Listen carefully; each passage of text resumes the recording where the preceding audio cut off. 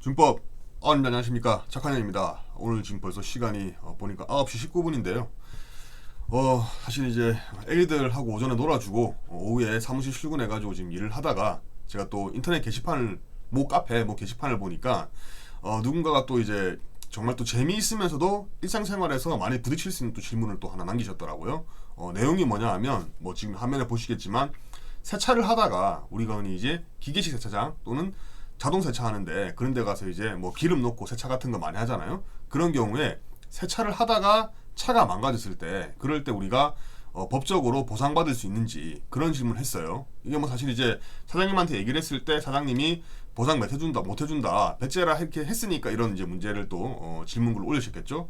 근데 보다 보니까 제가 또 반대로 또 한번 생각을 해봤어요. 뭐냐 하면 세차장을 하시는 사장님 입장에서는 차가 또 뭐 잘못해가지고 세차장 그 기계가 또 파손되는 경우 있을 수 있잖아요. 그런 경우는 어떻게 해야 되는지 제가 한번 그 두 가지 경우를 제가 모두 한번 설명을 한번 해보도록 하겠습니다. 일단은 뭐 보시면 아시겠지만 당연히 이제 법적으로 책임을 묻는 거는 가능하겠죠.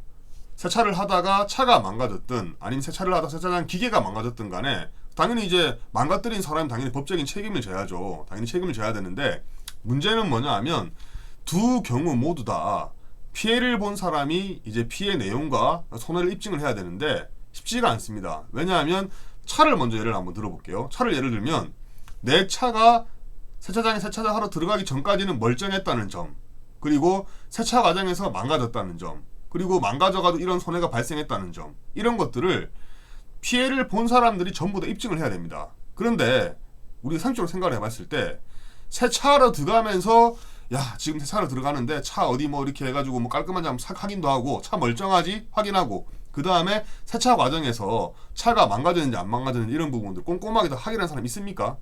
사실상 거의 없을 겁니다.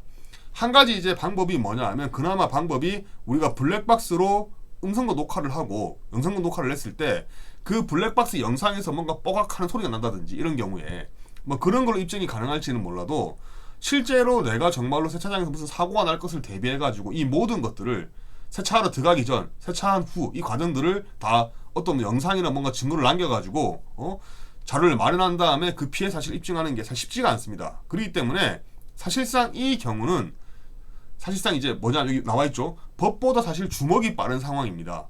주먹보다 사실 말이 빠른 상황이겠죠. 그래서 이런 상황이 발생했을 때는 일상생활에 이런 상황이 발생했을 때는 어떤 그런 법적인 책임 운운하고 그리고 누군가한테 어떤 그런 소송한다든지 이런 어떤 법적인 절차나 이런 것들 진행하는 것들을 생각하시지 마시고 우선은 그 피해를 야기케 한 사장님하고 한번 세차장 그 주인하고 한번 잘 한번 얘기를 먼저 한번 해보시는 게 좋을 것 같습니다. 먼저 차분하게 얘기를 해가지고 이러이러한 상황인데 사장님 그 제 차가 사장님 세차장에서 그 세차하다가 사고 났으니까 사장님이 좀 물어주세요. 이렇게 한번 정중하게 얘기를 하시고 또 이러한 세차장 같은 경우에 대부분 또 이제 그 배상 책임 보험이 사업자용으로 다 가입이 되어 있습니다. 그런 경우에 이제 배상 책임 보험으로 좀 처리해달라고 좀 정중하게 좀 요구하시고 어쨌든 간에 이제 정중하게 잘 말을 해서 대화로 풀어야지 소송 운운하게 되면 너무 힘들어집니다. 실제로 소송을 한다 하더라도 이기기가 쉽지 않다는 그런 얘기겠죠. 그리고 이런 세차장 사장님 같은 경우에도 대부분 이제 뭐 정중하게 얘기하고 잘 얘기하면 물어주는 경우가 많습니다. 왜냐하면 요즘에는 또 이런